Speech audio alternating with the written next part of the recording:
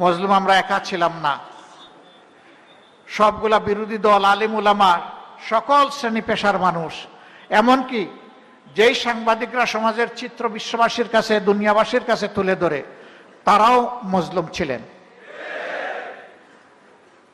কিন্তু আজকে কোনো কোনো মজলুম ভাই অপর মজলুমকে একটু খাতুকুতু দেন, একটু হালকা কুছা মারেন। ভাই, আমাদের খাতুকুতু দেওয়ারও সময় নাই, কুছা মারারও সময় নাই।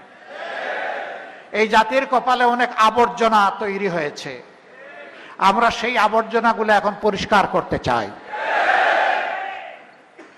আমরা আমাদের কাজ করতে চাই। খাতুকুতু যাদের দেওয়ার ইচ্ছা আপনারা দিতেই থাকেন, তবে আমরা তাদের কাছে বড়ই কৃতজ্ঞ। আমাদের নামগুলা তারা এখন গড়ে গড়ে, কানে কানে, জনে জনে পৌঁছে দিচ্ছে। আমরা যা পারছি তো পারছি, বাকিটা তারা ঘাটতি পূরণ করছেন। কেন ভাইয়েরা? আমরা তো কারো কোনো ক্ষতি করি নাই। 5 তারিখ পট পরিবর্তনের রাতেই তো আমরা বলে দিয়েছি যে আমরা জুলুম সহ্য করেছি নিজেদের জন্য নয়, মহান আল্লাহর জন্যে, মানবতার জন্যে, আল্লাহর দ্বীনের জন্যে, একটি মানবিক সমাজ কায়েমের জন্যে। অতএব আজ আমাদের কোনো দুঃখ নেই। আমরা সেদিন বলেছিলাম জামাতে ইসলামীর কোনো নেতা, কর্মী, সমর্থক ব্যক্তিগতভাবে কারো উপর কোনো প্রতিশোধ গ্রহণ করবে না। বাংলাদেশের 56,000 বর্গমাইল সাক্ষী, আমরা কোনো প্রতিশোধ নেই নাই, আমরা আমাদের কথা রক্ষা করেছি।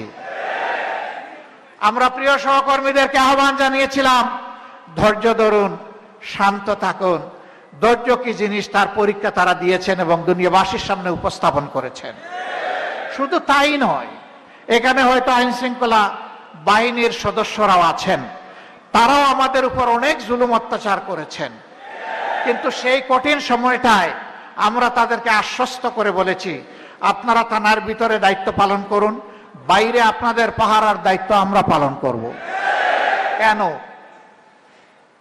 সেনাবাহিনী ছাড়া দুনিয়ায় কয়েকটা ছোট ছোট দেশ এবং অঞ্চল আছে, কিন্তু পুলিশ ছাড়া কোনো দেশ নাই। পুলিশ আমাদের লাগবেই। ভুল মানুষের হতেই পারে, মানুষকে ভুল সংশোধনের সুযোগ দেওয়া উচিত।